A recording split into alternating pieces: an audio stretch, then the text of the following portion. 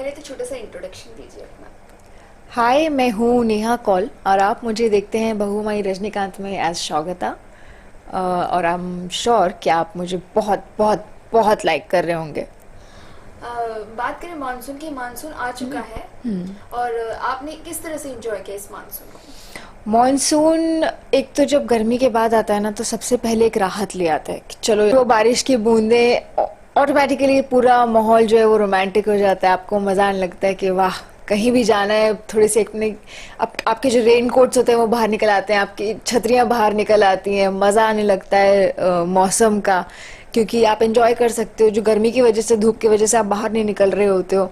बारिश में आप थोड़ा सा हल्की फुल्की बारिश हो तो आप बाहर भी निकलते हो, भीगने का भी कोई ज़्यादा प्रॉब्लम नहीं होता। हल्का बारिश में आप बाहर निकलिए, एंजॉय कीजिए, खूब अच्छा अच्छा खाना खाइए, अपने फैमिली और फ्रेंड्स के साथ गेट टुगेदर कीजिए, have fun. That is the sense of monsoon, I guess, for me. जैसे देखा जाए कुछ महीने पहले पानी की बहुत किल्लत थी लातूर साइड, काफी लोगों को मतलब। That is right. तो रेन का कितना वैल्यू है मतलब? रेन का वैल्यू सिर्फ इंडिया में ही नहीं, हर जगह है। और यही तो तरीका है नेचर का अपने आप को रिसाइकिल करने का। जब हम गर्मियों में अपनी नदियों को पूरा सुखा देते हैं पानी यूज़ कर करके, या बोलिए ज़्यादा वेस्ट कर करके, तो फिर वो इस तरह से अपने आप को रिप्लेनिश करती हैं, अपने लेक्स भर जाते हैं हमारे मॉनसून में। हमारे जितने फार्मर्स हैं उनकी खेती के लिए इतना ज़रूरी होता है, हमारे फूड के लिए इतनी ज़रूरी है, क्योंकि उस बारिश से ही उनकी खेती फिर सिंचती है और आगे पकती है। तो ये बहुत ज़रूरी है, सिर्फ हम लोगों के लिए नहीं, आगे पूरी इकोनॉमी, पूरे देश के लिए, वैसे भी हर चीज़ के लिए मॉनसून, बारिश होना एक पर्टिकुलर अमाउंट में बहुत ज़रूरी है। ठीक है, मानसून की अगर बात ही करें तो खाने में क्या पसंद करते हैं? हाँ, मॉनसून और खाना तो जैसे इंटर रिलेटेड है, इनको तो कभी जुदा ही नहीं कर सकते। और मतलब जो बिल्कुल डाइट फ्रीक्स भी होते हैं ना, मतलब मैं भी बहुत अवॉइड करती हूँ कि भाई बिल्कुल तला हुआ नहीं खाना है, अच्छा मोटा करने वाली कोई भी चीज़ मत खाओ। लेकिन नहीं, एक चीज़ जो आपको भी याद आती है मॉनसून के साथ, वो क्या है?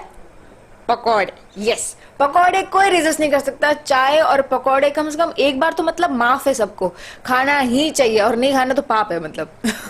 ऐसी कोई मेमोरी है जब आप कॉलेज या स्कूल लाइफ में थे, घर से आपको डांट पड़ी हो, मानसून से आप भीग के आए हो या कुछ ऐसा सच किया में हो? हर बार, और हम लोग ना रेजिस्ट नहीं कर पाते थे। हर बार ऐसा बोलते थे कि चलो ठीक है, मम्मी ने डांट दिया, क्योंकि मम्मी को तो क्या है, उनको तो गीले कपड़े धोने पड़ते थे तो वो बहुत परेशान होती थी।